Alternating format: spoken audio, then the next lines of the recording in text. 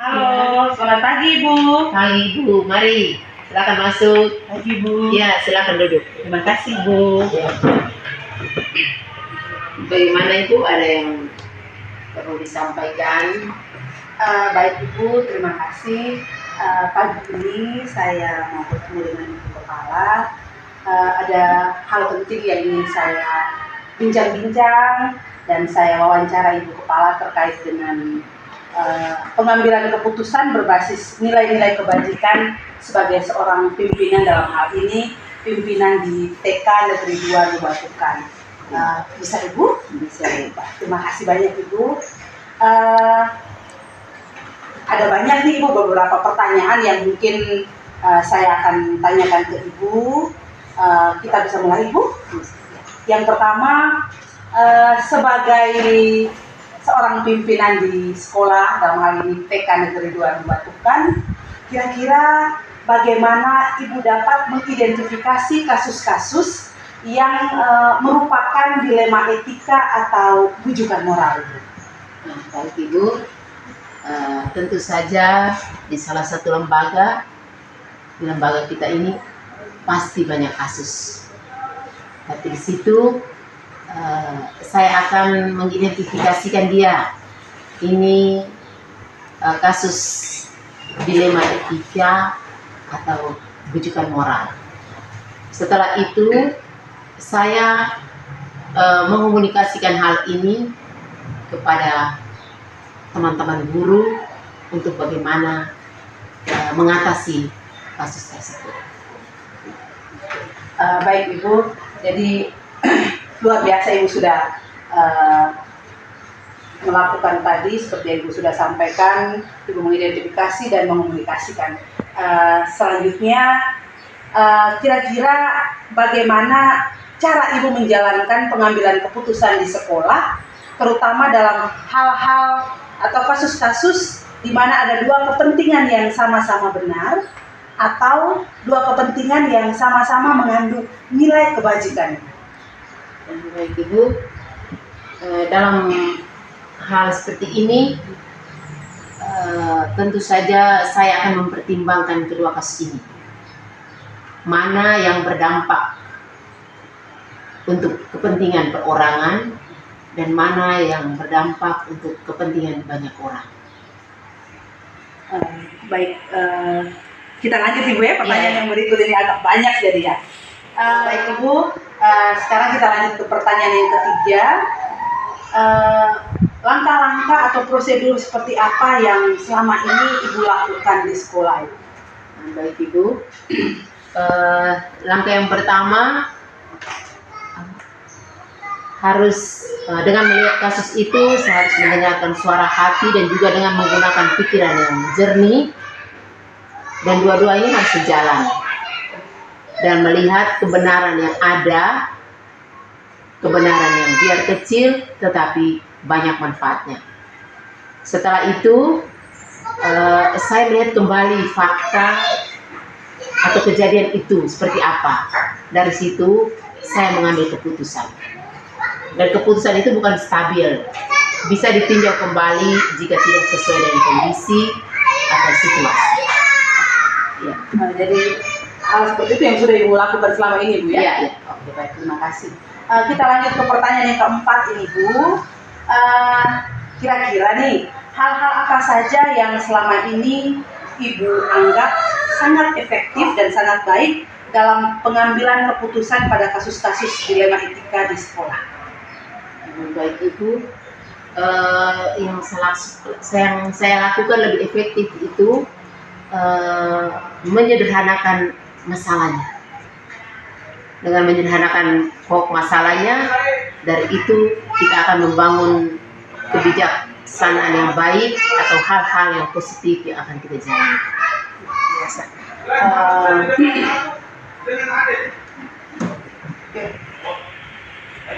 Baik Ibu, tadi Ibu sudah menyampaikan beberapa hal terkait dengan pengambilan keputusan di sekolah. Sekarang saya mau bertanya lagi secara lebih mendalam, hal-hal apa saja yang selama ini merupakan tantangan dalam pengambilan keputusan pada kasus-kasus dilema etika di sekolah? Baik, itu tentu saja ada.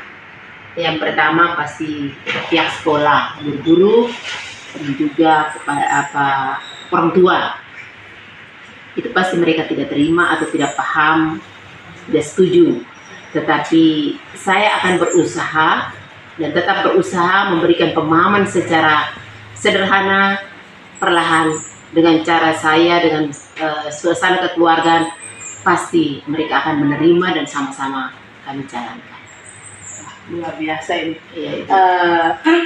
Jadi yang Ibu lakukan itu bahwa tantangan yang selama ini Ibu alami itu pastinya keputusan yang Ibu ambil mungkin ada sebagian dari pihak komunitas sekolah yang mungkin belum sepaham. Iya. Terus tadi Ibu sudah menyampaikan bahwa yang tantangan yang berikutnya adalah Ibu mencoba untuk memberikan pemahaman secara sederhana kepada pihak-pihak yang memang belum paham terhadap keputusan yang Ibu ambil. Oke, saya lanjut dengan pertanyaan yang keenam. Apakah Ibu memiliki sebuah tata kelola atau sistematika atau jadwal tertentu dalam sebuah penyelesaian kasus dilema etika? Selanjutnya, kira-kira apakah Ibu langsung menyelesaikan di tempat, menyelesaikan persoalan itu di tempat atau hari itu juga, atau Ibu memiliki sebuah jadwal untuk menyelesaikannya dalam bentuk prosedur yang bagaimana, atau kira-kira apa yang sudah Ibu buat? Dalam menyelesaikan kasus yang dihadapi ini tidak ada jadwal, Ibu. Ada hal yang sepintas, ada hal yang luar biasa. Yang saya tangani pertama itu palingan yang lebih prioritas, lebih cepat untuk diatasi. Dari situ jadi tidak ada jadwal, Ibu. Karena kita buat jadwal itu tidak mungkin, karena kasus itu tidak direncanakan. Dari situ kita selesaikan mana yang prioritas, yang mana akan menunjang situasi pembelajaran di sekolah lebih kondusif, lebih menyenangkan buat peserta didik, terlebih peserta didik, tetapi juga untuk para guru dan juga orang tua. Baik, terima kasih Ibu. Kita lanjut pertanyaan yang ketujuh. Adakah seseorang atau faktor-faktor apa yang selama ini mampu mempermudah Ibu atau membantu Ibu dalam pengambilan keputusan di dalam kasus-kasus dilema etika di TK ini, Ibu? Tentu saja ada, Ibu. Yang pertama sekali teman guru ya, sekolah. Yang berikut orang tua yang dianggap bisa memahami atau membantu saya dalam hal ini, mengambil keputusan dalam kasus ini. Dan yang ketiga, atasan saya. Ketika saya tidak merasa nyaman atau belum puas dengan pendapat dari teman guru, orang tua, ke atasan saya. Dan yang berikut, saya membaca teori-teori dalam hal mengambil keputusan. Dengan itu saya sebagai pimpinan pasti dalam mengambil keputusan akan lebih bijak dan bisa diterima oleh para guru, pihak sekolah, orang tua, sehingga sama-sama bisa jalankan di lembaga pendidikan ini. Baik, ketika saya mendengar apa yang Ibu sampaikan tadi, bahwa yang Ibu lakukan untuk mempermudah Ibu dan membantu Ibu tadi, selain menjalin komunikasi, Ibu juga banyak belajar. Saya berpikir bahwa seorang kepala sekolah dia tidak perlu belajar, tetapi ternyata Ibu juga tetap istilahnya tetap mengasah kemampuan untuk belajar lagi, sehingga dalam konteks pengambilan keputusan di sekolah ini, Ibu pastinya akan mengambil keputusan yang lebih baik lagi. Kita lanjut dengan pertanyaan yang terakhir ini, Ibu. Dari semua hal yang telah disampaikan tadi, kira-kira pembelajaran apa yang dapat Ibu petik dari pengalaman Ibu dalam mengambil keputusan di TK Negeri 2 Nubatukan? Baik, Ibu, pengalaman ini mengajarkan saya bahwa dalam menghadapi satu kasus itu, yang pertama kita identifikasikan dulu. Kita tidak boleh terburu-buru untuk ambil satu keputusan. Kita identifikasi dulu, cari dia tahu dulu kenapa, sebab apa, kapan, di mana. Setelah kita identifikasikan kasus itu, kita berkomunikasi. Saya mengomunikasikan kepada teman-teman guru atau orang tua atau atasan saya.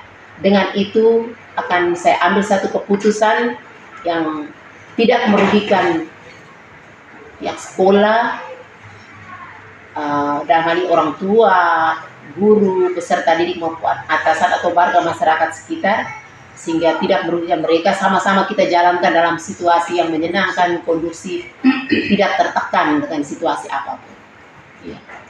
Jadi pelajaran yang dapat Ibu ambil tadi sudah Ibu sampaikan, bahwa sebagai seorang pimpinan di sekolah, Ibu tidak mengatakan bahwa Ibu lebih bisa, tetapi Ibu tetap menjalin komunikasi yang harmonis dengan seluruh komunitas sekolah, sehingga hasil akhirnya bahwa kegiatan pembelajaran di sekolah sangat kondusif. Orang tua, guru mendukung semua proses pembelajaran di sekolah. Seperti itu, Ibu. Luar biasa, Ibu. Hari ini saya sudah banyak menemukan titik terang terkait dengan peran seorang kepala sekolah dalam mengambil sebuah keputusan untuk kepentingan sekolah dengan tetap mengedepankan anak atau memprioritaskan kepentingan anak di lembaga TK Negeri 2 Nubakukan. Sekali lagi saya mengucapkan banyak terima kasih Ibu, sudah menyita waktu Ibu di pagi ini. Tidak apa-apa, Ibu, selamat berbagi, Bu. Iya, terima kasih banyak Ibu. Sekali lagi saya ucapkan terima kasih dan saya mohon pamit. Terima kasih banyak Ibu. Ya. Saya permisi, Bu. Iya, terima kasih juga Ibu ya. Terima kasih banyak. Permisi. Ya.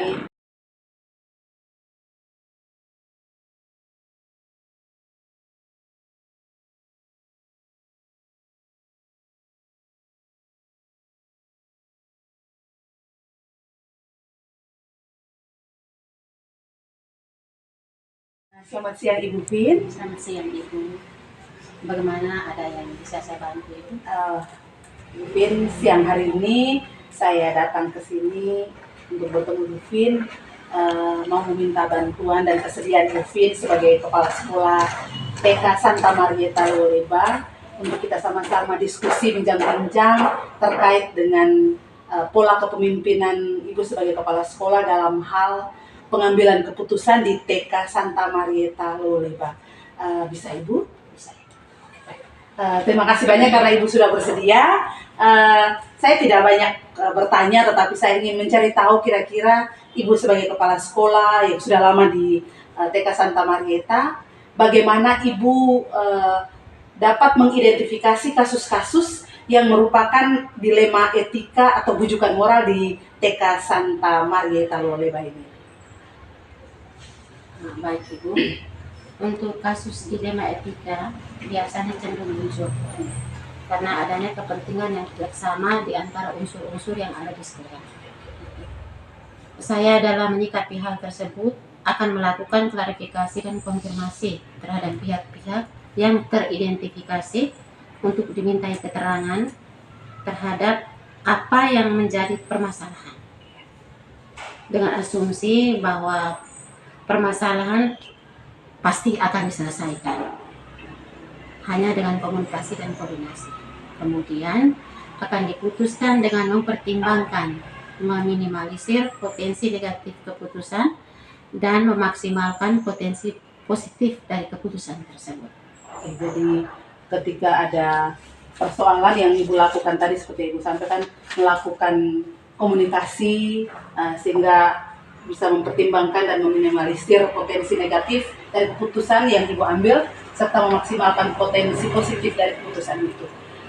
Kira-kira selama ini Ibu Vin selaku kepala sekolah TK Santa Marieta dalam menjalankan pengambilan keputusan di sekolah, terutama untuk kasus-kasus di mana ada dua kepentingan yang sama-sama benar atau sama-sama salah mengandung nilai kebajikan, kira-kira apa yang selama ini Ibu sudah pernah lakukan?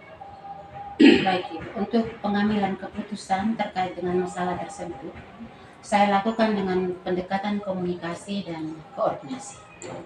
Karena bagaimanapun pemimpin itu hanya menentukan dan mengambil keputusan. Akan tetapi referensi dan indikator serta pertimbangan dalam pengambilan keputusan ada pada unsur dalam organisasi. yaitu stakeholder internal jika berkenan dengan hal-hal itu. Jadi tadi seperti yang Ibu sudah sampaikan, saya maksudnya sudah memahami sekali bahwa yang Ibu jalankan selama ini tidak hanya dengan Ibu sendiri, tetapi Ibu melibatkan unsur-unsur stakeholder yang ada di sekitar Ibu, dalam hal ini komunitas sekolah. Seperti itu Ibu ya? Nah Ibu Vin, setelah langkah-langkah pengambilan keputusan yang sudah Ibu sampaikan tadi, saya ingin lebih detail lagi, kira-kira prosedur seperti apa yang selama ini Ibu biasa lakukan dalam hal pengambilan keputusan di TK Santa Marieta Lowelepa. Prosedur yang saya lakukan adalah menentukan kasus tersebut, lalu disesuaikan dengan unit kerja apa. Nah, kemudian melakukan koordinasi dan menjalin komunikasi dengan unsur-unsur yang terkait di dalam lembaga atau unit kerja tersebut. Lalu dengan meminta pandangan-pandangan tersebut, di situ saya bisa menjadikan dasar untuk bisa mengambil keputusan. Jadi langkah yang Ibu lakukan tadi adalah yang paling pertama adalah menentukan jenis kasusnya Ibu ya, supaya lebih fokus. Terus Ibu tadi sudah mengatakan bahwa berkoordinasi dalam unit, berarti dalam hal ini dalam lingkup sekolah, sehingga nanti keputusan yang Ibu ambil pastinya akan berpihak pada sekolah itu sendiri. Kira-kira apa saja atau hal-hal apa saja yang selama ini Ibu anggap efektif atau baik dalam pengambilan keputusan pada kasus-kasus dilema etika yang dialami di TK Santa Marieta Lowelepa? Baik Ibu, hal-hal efektif yang saya ambil dalam mengambil keputusan ini adalah menjalin atau menjaga keterpihakan melalui kebersamaan dan komunikasi yang efektif, terutama dengan unsur pemimpin, terutama yang dapat memperkaya referensi kita dalam memutuskan kasus di dilema secara jadi tadi sudah Ibu Vin sampaikan bahwa hal efektif pengambilan keputusan itu Ibu Vin dari awal sudah betul-betul menjalin dan menjaga keberpihakan kepada murid dengan selalu berkomunikasi dan berkolaborasi dengan, dalam hal ini dengan pimpinan atau atasan kita, supaya pertimbangan itu lebih matang. Seperti itu Bu Vin ya? Oke, baik, terima kasih Bu Vin. Nah Ibu Vin, setelah langkah-langkah pengambilan keputusan yang sudah Ibu sampaikan tadi, saya ingin lebih detail lagi, kira-kira prosedur seperti apa yang selama ini Ibu biasa lakukan dalam hal pengambilan keputusan di TK Santa Marieta Lowelepa? Prosedur yang saya lakukan adalah menentukan kasus tersebut, lalu disesuaikan dengan unit kerja apa. Nah, kemudian melakukan koordinasi dan menjalin komunikasi dengan unsur-unsur yang terkait di dalam lembaga atau unit kerja tersebut. Lalu dengan meminta pandangan-pandangan tersebut, di situ saya bisa menjadikan dasar untuk bisa mengambil keputusan. Jadi langkah yang Ibu lakukan tadi adalah yang paling pertama adalah menentukan jenis kasusnya Ibu ya, supaya lebih fokus. Terus Ibu tadi sudah mengatakan bahwa berkoordinasi dalam unit, berarti dalam hal ini dalam lingkup sekolah, sehingga nanti keputusan yang Ibu ambil pastinya akan berpihak pada sekolah itu sendiri. Kira-kira apa saja atau hal-hal apa saja yang selama ini Ibu anggap efektif atau baik dalam pengambilan keputusan pada kasus-kasus dilema etika yang dialami di TK Santa Marieta Lowelepa? Baik Ibu, hal-hal efektif yang saya ambil dalam mengambil keputusan ini adalah menjalin atau menjaga keterpihakan melalui kebersamaan dan komunikasi yang efektif, terutama dengan unsur pemimpin, terutama yang dapat memperkaya referensi kita dalam memutuskan kasus di dilema secara jadi tadi sudah Ibu Vin sampaikan bahwa hal efektif pengambilan keputusan itu Ibu Vin dari awal sudah betul-betul menjalin dan menjaga keberpihakan kepada murid dengan selalu berkomunikasi dan berkolaborasi dengan, dalam hal ini dengan pimpinan atau atasan kita, supaya pertimbangan itu lebih matang. Seperti itu Bu Vin ya? Oke, baik, terima kasih Bu Vin. Bu Vin, tadi Ibu sudah mengatakan atau menyampaikan bahwa ada langkah-langkah dan prosedur yang Ibu sudah lakukan dalam hal pengambilan keputusan. Kira-kira hal-hal apa saja yang selama ini merupakan tantangan yang Ibu hadapi ketika Ibu mengambil keputusan pada kasus-kasus dilema di TK Santa Marieta? Baik Ibu, untuk tantangan itu pasti ada. Itu ada pada penyesuaian diri terhadap keputusan yang sudah diambil. Yang kita lihat tidak mungkin bisa memuaskan kedua belah pihak. Akan tetapi paling tidak mampu meminimalisir kekecewaan, karena proses pengambilan keputusan sudah dilaksanakan dengan melibatkan unsur-unsur yang relevan yang ada di sekolah. Kalau semua kepala sekolah seperti Ibu Vin berarti luar biasa, karena Ibu Vin tidak berdiri sendiri, tetapi Ibu Vin tetap bergandeng tangan. Jadi tadi Ibu Vin sudah menyampaikan tantangan yang Ibu Vin rasakan adalah menyesuaikan diri terhadap keputusan yang sudah diambil, karena tidak mungkin keputusan Ibu ambil atau Ibu tetapkan itu tidak mungkin 100% disetujui atau dipahami oleh stakeholder yang ada di sekolah. Jadi mungkin seperti itu Bu Vin ya. Berarti butuh tahapan untuk bisa mereka yang mungkin tidak sepaham tadi bisa menyesuaikan diri dengan keputusan tadi. Nah, berangkat dari tantangan yang Ibu pernah alami di sekolah, selanjutnya kira-kira apakah dalam mengambil keputusan di TK Santa Marieta ini, Ibu sudah memiliki tata kelola atau katakan Ibu sudah punya jadwal tertentu atau tidak? Kalau untuk jadwal tertentu tidak ada. Kan tetapi hal yang mendesak sangat diperhatikan di dalam menyelesaikan suatu permasalahan. Karena penyelesaian permasalahan semakin cepat, maka akan semakin baik dalam menjaga keharmonisan dalam lingkungan. Jadi kalau jadwal secara akumulatif, secara tetap pasti tidak ada, karena pasti kita semua sudah berpikir bahwa masalah itu kan tidak mungkin kita sudah rencanakan Ibu ya, betul ya? Jadi pasti tadi Ibu sudah sampaikan bahwa yang akan Ibu lakukan adalah menyelesaikan persoalan yang memang betul-betul mendesak dan memang dirasa sangat penting atau urgen dalam hal ini, sehingga itu tidak akan mungkin bisa menjeruak atau katakan bergejolak untuk merusak komunitas sekolah dalam hal komunikasi. Baik Ibu, mungkin kira-kira dalam mengambil keputusan di sekolah dengan peran Ibu sebagai seorang kepala sekolah, faktor-faktor apa atau faktor apa saja yang selama ini turut membantu serta mempermudah Ibu dalam pengambilan keputusan itu? Seseorang atau faktor-faktor yang mempermudah dalam mengambil keputusan sesungguhnya tidak ada yang khusus. Akan tetapi keterlibatan unsur-unsur internal sekolah sering dilakukan untuk memperkaya referensi dan informasi.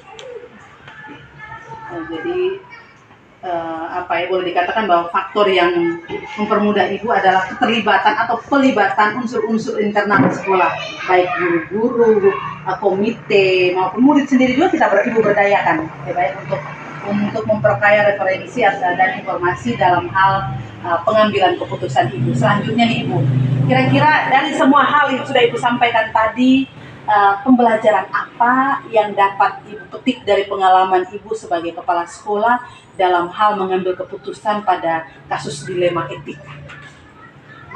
Dari kasus yang diambil tadi ada dua hal yang saya ambil kesimpulan. Yang pertama, bahwa kita harus memahami konteks permasalahan dulu. Setelah itu yang kedua, kita melakukan koordinasi dan komunikasi, karena itu sangat penting.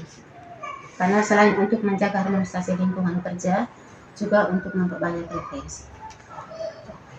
Baik, jadi yang pembelajaran yang Ibu sampaikan tadi memang saya pikir bahwa akumulasi dari keseluruhan pertanyaan saya dan memang sangat luar biasa bahwa menjadi seorang kepala sekolah yang sudah Ibu lakukan adalah tetap menjalin kolaborasi, koordinasi sehingga apapun informasi atau apapun permasalahannya dapat diselesaikan secara baik. Sekali lagi Ibu Vin, terima kasih banyak karena hari ini saya sudah mendapat pencerahan terkait dengan peran dan tugas seorang kepala sekolah sebagai pemimpin pembelajaran di sekolah dalam hal pengambilan keputusan. Sekali lagi saya secara pribadi mengucapkan banyak terima kasih karena Ibu Vin sudah memberikan saya banyak pengalaman dan informasi untuk saya belajar sehingga saya boleh menjadi seorang pemimpin pembelajaran di kemudian hari. Sekali lagi terima kasih banyak Ibu Vin. Terima kasih. Iya, selamat siang Ibu Vin. Selamat siang.